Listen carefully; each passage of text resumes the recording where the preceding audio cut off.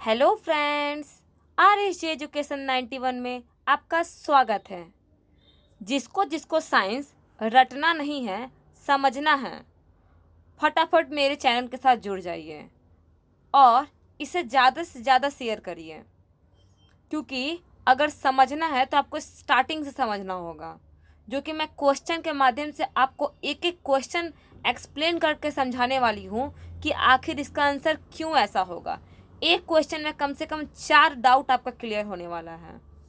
तो अगर साइंस को समझना है तो मेरे से जुड़ जाइए और इसे ज़्यादा से ज़्यादा शेयर करिए, ताकि इसका प्रॉफिट आपके दोस्तों को भी हो। कर भला तो हो भला। चलिए स्टार्ट करते हैं। मेरा फर्स्ट क्वेश्चन है, अगर झरने से पानी गिरता है, ध्यान से समझिएगा, अगर झरने से पानी गिरता है तो पत्थर से टकराने से पहले, वर्ड पे एकदम ध्यान देना है क्योंकि साइंस है। हिस्ट्री ज्योग्राफी रट सकते हैं, साइंस नहीं रटना वाला चीज़ होता है, समझने वाला चीज़ होता है। नहीं तो रटेंगे जहाँ फंसेंगे वहाँ। तो इसीलिए ध्यान से, अगर झरने से पानी गिरता है तो पत्थर से टकराने से पहले उसमें कौन सी ऊर्जा होगी। मतलब ये पूछ रहा है कि पत्थर से टकराने से पहले की ऊर्जा। क्वेश्चन कभी कभी यहाँ चेंज कर देता है, पत्थर के टकराने की बाद की ऊर्जा कभी पूछ देता है, या तो बहुत तरीका से क्वेश्चन को घुमा देता है। तो इसलिए ध्यान देना है, पत्थर से टकराने से पहले की ऊर्जा बोल रहा है। तो जैसा कि हम लोग जानते हैं कि गति में रहेगा कोई चीज़ तो उसमें गतिज ऊर्जा हो गया, ठीक है। उष्मीय ऊर्जा, किसी चीज़ से हीट हो रहा है, गर्म हो रहा है, तो हम लोग उसको कहते हैं उष्मीय ऊर्जा। यांत्रिक ऊर्जा, गतिज ऊर्जा और स्थितिज ऊर्जा के योग को ही यांत्रिक ऊर्जा कहा जाता है। यांत्रिक ऊर्जा किसे कहते हैं? तो गतिज ऊर्जा और स्थितिज ऊर्जा के योग को यांत्रिक ऊर्जा कहा जाता है। और स्थितिज ऊर्जा, अगर कोई वस्तु की स्थिति के कारण उसमें उस ऊर्जा है तो उसे स्थितिज ऊर्जा कहा जाता है, ठीक है। इसका आंसर आपको बताना है कि क्या होगा। सपोज करिए, सपोज कर सकते हैं आप लोग, बताते हैं। सपोज करना है कि ये आपका झरना है, झरना से पानी गिर रहा है। यहाँ झरना के नीचे तो बहुत सारे कंकर, मिट्टी, पत्थर होते हैं, तो ये समझ लीजिए पत्थर है। जब झरना से पानी गिर रहा है तो इसमें आ गया गतिज ऊर्जा, इसमें आ गया गतिज ऊर्जा। जब टकराया, किससे टकराया? पत्थर से टकराया। पत्थर से टकराने के बाद पानी और पत्थर के बीच में घर्षण हुआ। और जब भी घर्षण होता है, जब भी आपका घर्षण होता है तो क्या होता है? ऊष्मा जनरेट होता है।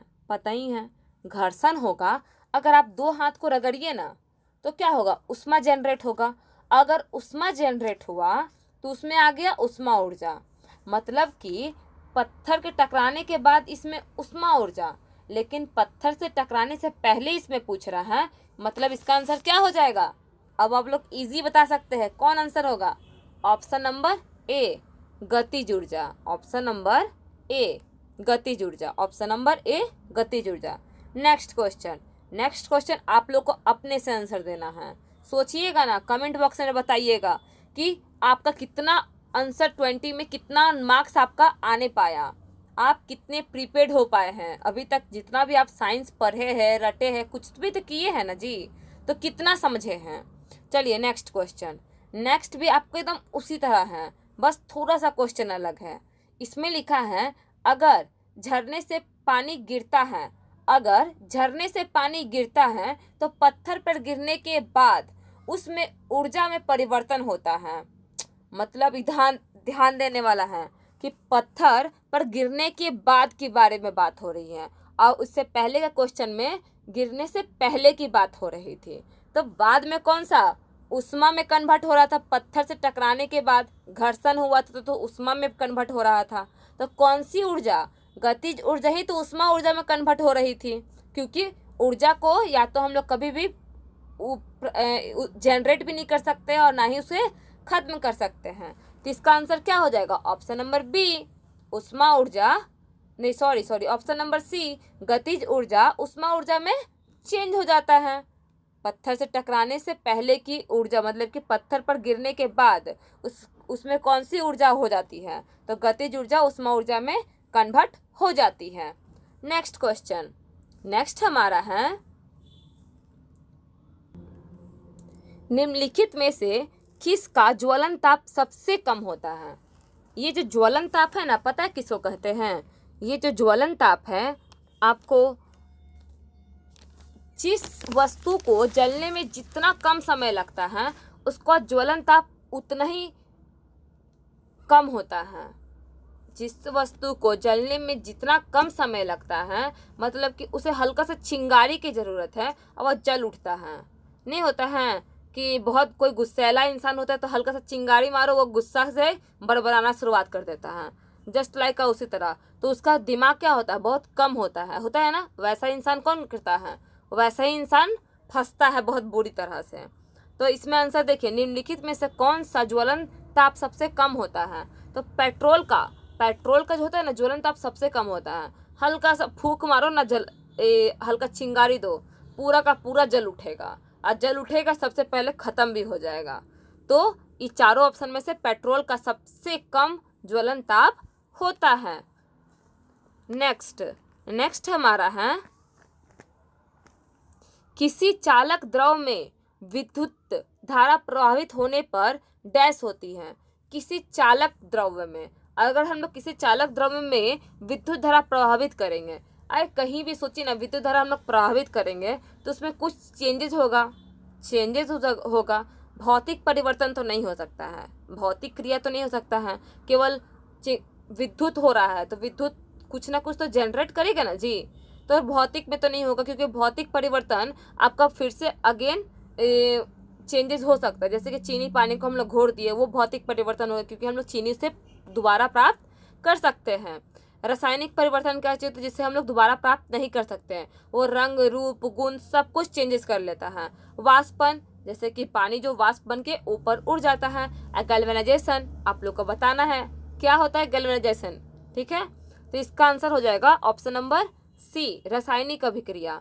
विद्युत धारा प्रभावित किए है किसी चालक द्रव में तो क्या होगा, उसमें रासायनिक अभिक्रिया ही ना होगा, तभी तो वो विद्युत जनरेट करेगा। तो इसका ऑप्शन नंबर सी, रासायनिक अभिक्रिया हो जाएगा। नेक्स्ट है, स्टील जंग रोधी बनता है। जो स्टील है वो स्टेनलेस स्टील, जो हम लोग घर में खाना बनाते हैं या तो बर्तन स्टैंड, बहुत सारे ऐसे चीज़ आप लोग देखेंगे इसमें लिखा रहता है स्टेनलेस स्टील। आखिर इसमें क्या मिलाता है कि वो जंग ही नहीं लगता है। जैसे कि जंग लगने का प्रोसेस क्या होता है, जंग आखिर किसी चीज़ में क्यों लगता है पता है? अगर उसमें ऑक्सीजन और नमी की मात्रा जहाँ दोनों साथ में मिले वहाँ जंग लगना एकदम पक्का है। केवल एक नमी से ही जंग नहीं लगता है। आप लोग जहाँ उसे नमी, केवल अगर पानी में ही किसी चीज़ को डुबा के रखेंगे और उसे ऑक्सीजन नहीं मिलेगा तो भी उसमें कभी भी जंग नहीं लगने वाला है। तो केवल पानी से नहीं बचाना है उसे, पानी और हवा, मतलब कि हवा से ही तो ऑक्सीजन एब्जॉर्ब करता है, हवा, दोनों में से कोई एक चीज़ से भी बचाएंगे ना हम लोग किसी भी चीज़ को तो वो जंग नहीं लगेगा। लेकिन स्टेनलेस स्टील में तो दोनों का दोनों लगता है। पानी भी हम लोग डाल देते हैं तो भी जंग नहीं लगता है, और हवा तो पूरा का पूरा हवा ही है हमारे एटमॉस्फेयर में, तो भी जंग नहीं लगता। आखिर उसमें क्या मिलाता है? तो क्रोमियम नाम का एक धातु या तो एलिमेंट बोलिए, तो क्रोमियम नाम का एक एलिमेंट मिलाता है जिससे वो जंगरोधी बन जाता है। अगर ऑप्शन में क्रोमियम नहीं रहा तो आप लोग ऑप्शन ए मारेंगे। ऑप्शन ए क्या है? कार्बन है, ये ऑप्शन ए मारेंगे। अगर क्रोमियम नहीं रहा तो मारेंगे कार्बन, ठीक है। और कभी कभी यहाँ जंग रोधी ना लिख के कठोर लिख देता है। यहाँ क्या लिख देता है? कठोर, कि स्टील को कठोर बनाने के लिए क्या मिलाया जाता है, तो आंसर क्या हो जाएगा? कार्बन हो जाएगा। ये हो जाएगा मेरा फर्स्ट। अगर ये कार्बन नहीं रहा तो मेरा क्रोमियम हो जाएगा, ठीक ना। तो मेरा क्रोमियम हो जाएगा सेकंड ऑप्शन। तो आप लोग अच्छा से समझ गए होंगे कि क्या मैं बोलना चाह रही हूँ। फिर से सुनिए, अगर स्टील जंगरोधी बनता है क्रोमियम मिलाने से, अगर क्रोमियम नहीं रहा तो कार्बन लगाएंगे, और स्टील कठोर बनता है कार्बन मिलाने से। अगर कार्बन नहीं रहा तो क्रोमियम लगाएंगे, ठीक है, क्योंकि यहाँ बहुत ज़्यादा कन्फ्यूज़न इंसान को होता है कि क्या लगाना चाहिए क्या नहीं। तो कन्फ्यूज़न से क्या लगा के आते हैं, ऑप्शन नंबर डी लगा लेते हैं, इनमें से कोई नहीं। और एग्जामिनर ऐसे काट देता है और 0 आंसर नंबर दे देता है। तो हमें ऐसा नहीं करना है, इसे पढ़ना नहीं समझना है। तो मेरे साथ जुड़ जाइए और ज़्यादा से ज़्यादा इसे शेयर करिए, जितना हो सके उसे ज़्यादा से ज़्यादा शेयर करिए। थोड़ा मेरे चैनल पे भी दया खाइए, थोड़ा इसे सब्सक्राइब और इसे शेयर करिए। चलिए नेक्स्ट है हमारा वेंटिलेटर। पता है वेंटिलेटर क्या होता है? वेंटिलेटर जो कि हमारे कमरे के ऊपर लगा होता है, और ये क्या काम करता है? कुछ लोग कहते हैं हवा जाता है और ठंडी हवा आता है, गर्म हवा जाता है। कुछ लोग कहते हैं गर्म हवा जाता है ठंडी हवा आता है। कुछ लोग कहते हैं प्रकाश के लिए होता है। मतलब कि अगर एग्जैक्टली आप लोग समझना चाहेंगे तो ये आखिर क्या काम करता है, ताकि हम लोग कमरे में वेंटिलेटर इस्तेमाल किया करते हैं, लगाते हैं। अगर ऑप्शन नंबर सी तो एकदम नहीं हो सकता है। सोचिए ना, ऑप्शन नंबर सी क्यों होगा? रोशनी के लिए अगर हम लोग लगाते तो हम लोग क्यों नहीं पारदर्शी शीशा लगा देते, जाके रोशनी आ सकता था आराम से, और कोई कचरा वगैरह या तो कीड़ा वगैरह भी हमारे घर में नहीं घुसता। लेकिन हम लोग ये नहीं इस्तेमाल करते हैं। मतलब वेंटिलेटर तो हम लोग केवल रोशनी के लिए नहीं लगाते हैं, ठीक है। सांस छोड़ी गई गर्म हवा बाहर जाती है, बहुत अच्छा, सही है जी, कोई दिक्कत नहीं है। लेकिन एक ही सही समझ के मार नहीं देना है, यहाँ आप फंस जाएंगे। कहाँ फंसेंगे? क्योंकि सारा ऑप्शन आप लोग पहले पढ़िए तो शायद इससे बेटर ऑप्शन दिया हो आपका। इनमें कमरे में उससे क्या चीज़ होता है, कमरे में क्रॉस वेंटिलेशन होता है। मतलब कि बाहर की हवा अंदर, अंदर की हवा बाहर, बाहर की हवा अंदर, अंदर की हवा बाहर। मतलब गर्म हवा हमारे कमरे से बाहर निकालता है और ठंडी हवा हमारे कमरे में आता है। अब आप लोग ये सोचिए ना, सोचना है, साइंस तो सोचने वाला चीज़ ही होता है। जितना सोचेंगे उतना समझेंगे। अगर कहीं भी कन्फ्यूज़न है तो आप लोग कमेंट बॉक्स में बताइएगा, ये समझ में नहीं आया मैम, तो हम बताएंगे, इसको क्लियर करेंगे आप लोग को, ठीक है। तो सोचिए, कोई भी चीज़ गर्म होता है तो कहाँ उड़ता है? ऊपर उड़ता है, ऊपर उड़ता है ना, गर्म हवा ऊपर उड़ता है। जब ये ऊपर उड़ेगा तो नीचे क्या हो जाएगा? वैक्यूम, मतलब खाली हो जाएगा। ये खाली हवा क्या होगा? कभी भी पूरा कहीं खाली तो नहीं हो सकता है, तो यहाँ आ जाता है भारी वाला ठंडी हवा आ जाता है। क्योंकि गर्म हवा जब ऊपर जाता है तो यहाँ खाली हो जाता है, और खाली हो जाता है तो ऊपर की ठंडी हवा नीचे आ जाता है।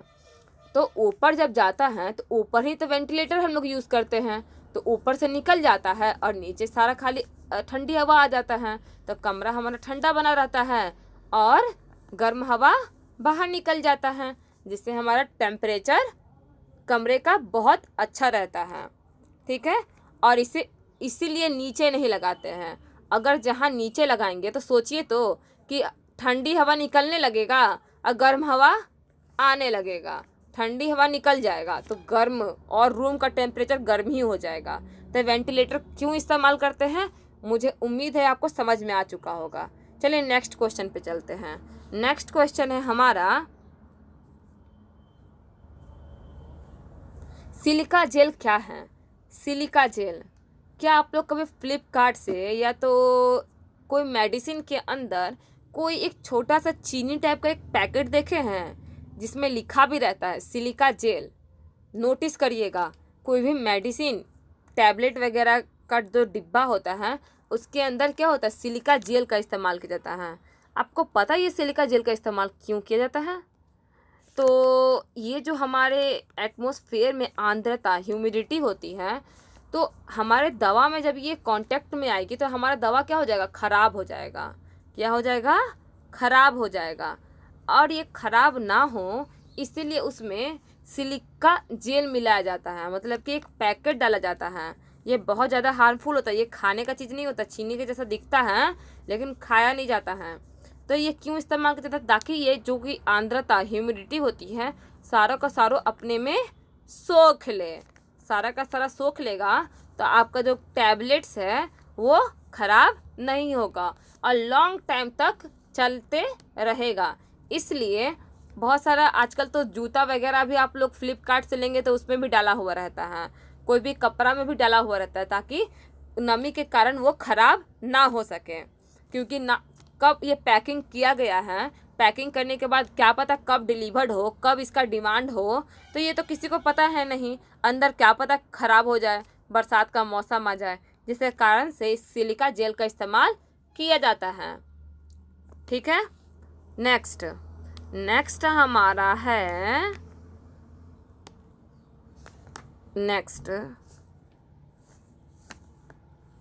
रासायनिक बंधन बनने पर क्या होता है? रासायनिक बंधन बनने पर क्या होता है? सोचिए, रासायनिक बंधन केमिकल रिएक्शन यहाँ हो रहा है, केमिकल बॉन्डेशन बन रहा है, मतलब कि दो लोग मिल रहे हैं। जब दो लोग मिलेंगे तो क्या होगा? रासायनिक बंधन बन रहा है, तो क्या होगा? कोई केमिकल निकलेगा बाहर, तो ऊर्जा निकलेगा ना। सोचिए ना, कोई बंधन बनता है तो क्या होता है? हम लोग एनर्जी आता है हम लोग के पास, और हम लोग ज़्यादा कुछ बेहतर काम कर सकते हैं। तो कोई भी बंधन बनता है, रासायनिक बंधन तो और ज़्यादा स्ट्रांग होता है, क्योंकि कभी वो टूटता भी नहीं है, तो वो बन जाता है एक दूसरे को, कि हम लोग एक साथ पार्टनर के रूप में रहेंगे। तो इसका आंसर क्या हो जाएगा? सदैव बाहर निकलता है। ऊर्जा जो होता है सदैव बाहर निकलता है। दो लोग क्यों मिलेंगे, अच्छा से स्ट्रांगली क्यों मिलेंगे?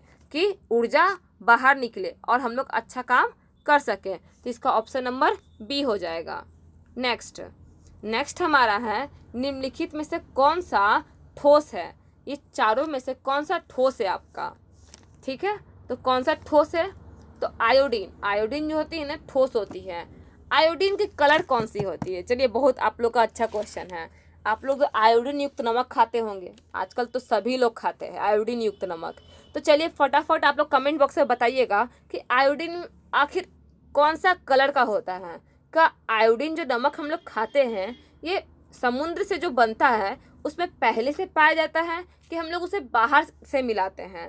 सारा का सारा आयोडीन से रिलेटेड आप लोग इन्फॉर्मेशन जितना हो सके निकालिए और कमेंट बॉक्स में छाप दीजिए। ठीक है।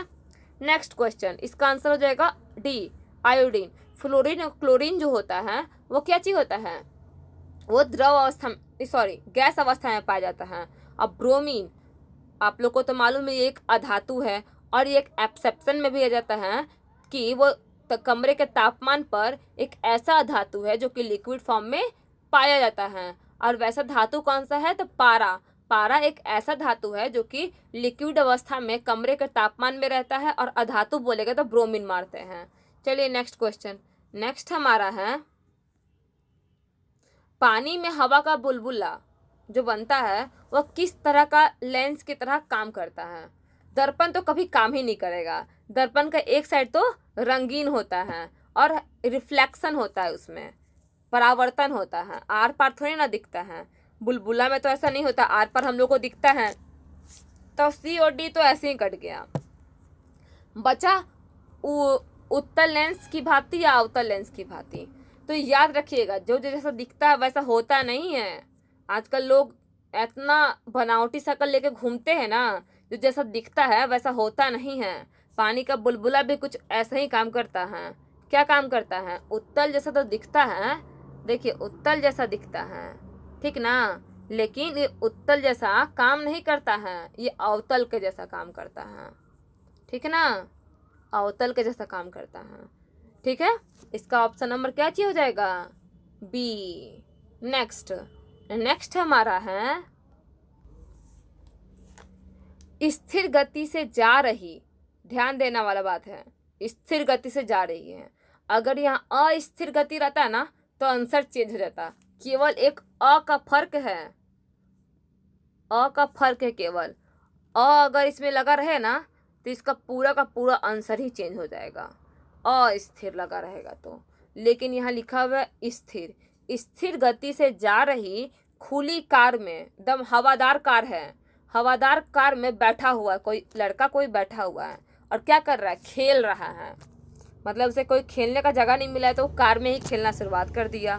तो क्या खेल रहा है, गेंद खेल रहा है। तो जब वो ऊपर की ओर फेंकता है, सीधे ऊपर की ओर फेंकता है, तो क्या उसके हाथ में ही डायरेक्ट बॉल आएगी, उसके पीछे गिर जाएगी, उसके सामने गिरेगी, उसके बगल में गिरेगी, कहाँ गिरेगी आखिर ये बॉल। तो क्या आप लोग कभी चलते चलते बॉल खेले हैं? चलते रहते हैं, बॉल उछलाते रहते हैं, हाथ में लेते रहते हैं, चलते रहते हैं, बॉल उछलाते रहते हैं, हाथ में लेते रहते हैं, और अपने फ्रेंड से बात भी करते रहते हैं। तो अपना दिमाग यहीं क्लिक कर लीजिएगा। स्कूल टाइम में तो आप लोग ये पक्का काम किए होंगे। एक जगह खड़े होकर कोई ज़रूरी तो नहीं है कि हम लोग बॉल कैच कर सकते, चलते चलते भी तो हम लोग बॉल को कैच कर सकते हैं। लेकिन एक शर्त पे, कब शर्त ये लागू होगा, जब हमारा जो मोशन है वो एक समान गति से रहेगा। सोचिए ना, जब हम लोग बॉल फेंके और यहाँ से दौड़ कर निकल गए, बॉल फेंक के यहाँ से दौड़ कर निकल गए, मतलब असमान गति कर लिए। कोई दूसरी गति में फेंके थे और लेकिन उसको स्पीड कर लिए, तो बॉल तो पीछे गिर जाएगा। अगर हम लोग जो स्पीड से चल रहे थे उस स्पीड से हम लोग बॉल फेंके और अपना मोशन को, मतलब कि स्पीड को स्लो कर लिए, तो बॉल आगे की ओर गिर जाएगा। लेकिन एक समान गति से चलेगा तो बॉल अपने हाथ में ही गिरेगा। तो इसका आंसर हो जाएगा option number C. Option number C हो जाएगा। ठीक है, आप लोग समझ गए होंगे। नेक्स्ट क्वेश्चन, नेक्स्ट हमारा है, शराब पीकर वाहन चालक के स्वास्थ्य परीक्षण, मतलब कि जो पुलिस कर्मचारी, जो ऐसा नहीं होता, जो ड्रिंक किया हुआ आदमी में एक इंस्ट्रूमेंट आता है, एक दवा का इंस्ट्रूमेंट नहीं, मतलब कि एक मशीन आता है। मशीन के द्वारा वो लोग पता लगा लेता है कि कौन सा आदमी ड्रिंक किया है, कौन नहीं किया है। तो ये कैसे पता लगाता है? तो पोटेशियम क्रोमेट सल्फ्यूरिक अम्ल उसमें मिला रहता है। जब इसे कांटेक्ट में आता है ना, इसका रंग में परिवर्तन हो जाता है, और रंग में परिवर्तन के द्वारा ही लोग, पुलिस लोग पता लगा लेता है कि कौन व्यक्ति शराब पिया है, कौन नहीं पिया है। तो इसका आंसर हो जाएगा option number A. Bihar SI में ये क्वेश्चन पूछ भी चुका है, इसीलिए ध्यान दीजिएगा। ठीक है, ऑप्शन नंबर ए इसका आंसर हो जाएगा। नेक्स्ट हमारा, निम्नलिखित में से कौन सा ईंधन न्यूनतम पर्यावरण प्रदूषण उत्पन्न करता है? न्यूनतम पर्यावरण प्रदूषण, आप लोग से हमको उम्मीद है कि आप लोग इसका आंसर पता क्या लगाएंगे? Option number D. जो बहुत तेज होगा, थोड़ा बहुत पढ़ा होगा साइंस, वो शायद कुछ और लगा दे, लेकिन ज़्यादातर लोग सीएनजी लगा देंगे, क्योंकि देखते हैं रोड पर, और मोदी भी बोलते रहता है कि सीएनजी गाड़ी का इस्तेमाल करो, पॉल्यूशन नहीं होगा, पॉल्यूशन नहीं होगा। यहाँ भी वही कह रहा है कि न्यूनतम पॉल्यूशन उत्पन्न करेगा। लेकिन इसका आंसर क्या हो जाएगा? ऑप्शन नंबर बी होगा। डी जो मारेगा ना, वो सारा का सारा गलत हो जाएगा। इसका आंसर क्या होगा? बी होगा। आप सोचेंगे अरे हाइड्रोजन, ऐसा कैसे हो सकता है? हाइड्रोजन सबसे कम प्रदूषण करता है, लेकिन इसका इस्तेमाल इसलिए नहीं किया जाता है क्योंकि ये बहुत ज़्यादा ज्वलनशील गैस होती है, ज्वलनशील विस्फोटक होती है। तो विस्फोट जहाँ होगी तो वो खतरनाक गैस हो गया, जिसके कारण से इसका इस्तेमाल नहीं किया जाता है। जहाँ थोड़ा सा साइंस थोड़ा और आगे बढ़ा ना, अपना मैजिक दिखाया ना, तो हाइड्रोजन का इस्तेमाल जहाँ होने लगा, तो ये वंडरफुल गैस है, बहुत मज़ेदार गैस है। मतलब कि गुब्बारे वगैरह, रॉकेट वगैरह में भी इसका इस्तेमाल किया जा सकता है, लेकिन बस ये ज्वलनशील है, इसके कारण से ही इसका इस्तेमाल नहीं किया जाता है, बार बार ये बच जाता है। इसका आंसर हो जाएगा बी। लेकिन अगर क्वेश्चन में लिखा रहता कि निम्नलिखित में से ऐसा कौन सा ईंधन का हम लोग उपयोग करते हैं जो कि पॉल्यूशन नहीं करता है और हम लोग उसका ज़्यादातर इस्तेमाल भी करते हैं, जहाँ इस्तेमाल और उपयोग का बात कर देगा तो वहाँ हम लोग ऑप्शन नंबर डी मारेंगे, जो पॉल्यूशन भी कम करता है और इस्तेमाल भी किया जाता है। तो ऑप्शन नंबर हम लोग डी मारेंगे, सीएनजी। लेकिन जहाँ केवल न्यूनतम पॉल्यूशन लिखा रहेगा वहाँ ऑप्शन नंबर बी हो जाएगा, हाइड्रोजन हो जाएगा। नेक्स्ट हमारा है, मैग्नीशियम रिबन एक चमकदार डैश लौ उत्पन्न करता है। मतलब कि जब मैग्नीशियम रिबन जलता है ना, तो ये सफ़ेद रंग का लौ, मतलब कि आग निकलता है सफ़ेद रंग का।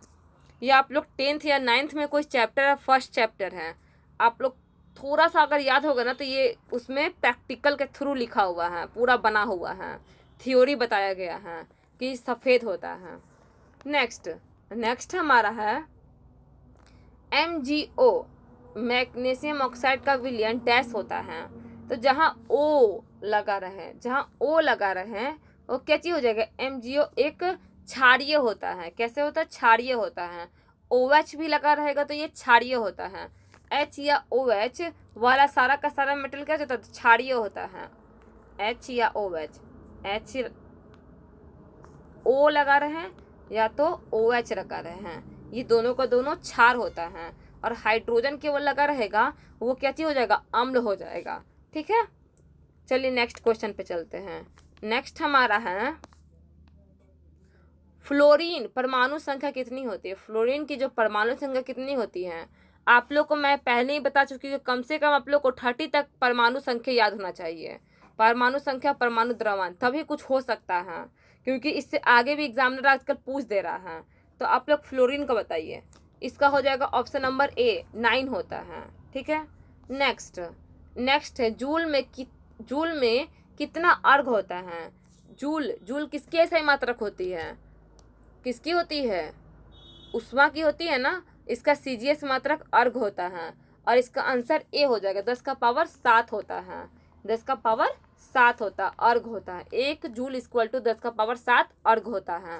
नेक्स्ट, सूर्य का पलायन वेग बहुत याद कर लिए हैं कि पृथ्वी का पलायन वेग कितना होता है, और और मून का, चंद्रमा का पलायन वेग कितना होता है। आप लोग को यहाँ बताना है कि सूर्य का पलायन वेग कितना होता है। तो सूर्य का पलायन वेग जो होता है ना 618.03 किलोमीटर पर सेकंड होता है। मतलब कि एक सेकंड में वो 616.03 किलोमीटर दूर चला जाता है। पलायन वेग मतलब क्या चाहिए था, पलायन कर गया, मतलब कि उस जगह से पलायन कर गया कि वापस नहीं आने वाला है।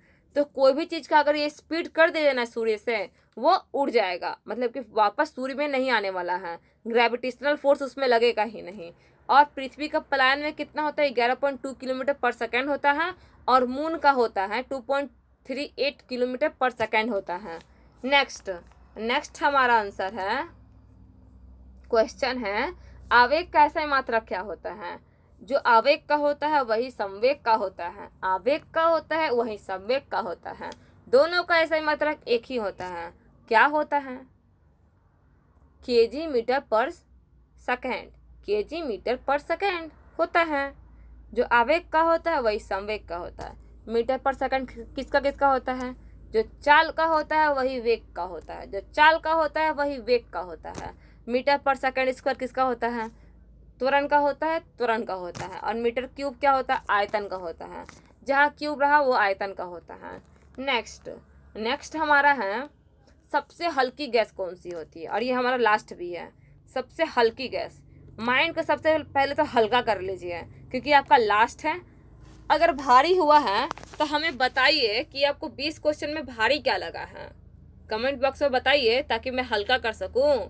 सबसे हल्की गैस होती कौन है आखिर, आप लोगों को इससे पहले वाला सेट में भी ये बताई हूँ। ऑप्शन आंसर दीजिए कमेंट में, इसका आंसर मैं नहीं बताने वाली हूँ। मुझे उम्मीद है आपको सेशन पसंद आई होगी। पसंद आई है तो इसे लाइक, सब्सक्राइब और शेयर करिए, और करना है, आपका ही काम है। मेरा काम खत्म यहाँ हो गया, मैं पढ़ा दी आप लोग को। अब आप लोग का काम शुरू हो गया, इसे लाइक करना है, सब्सक्राइब करना और शेयर भी करना है। मैं चलती हूँ, बाय, जय हिंद, जय भारत।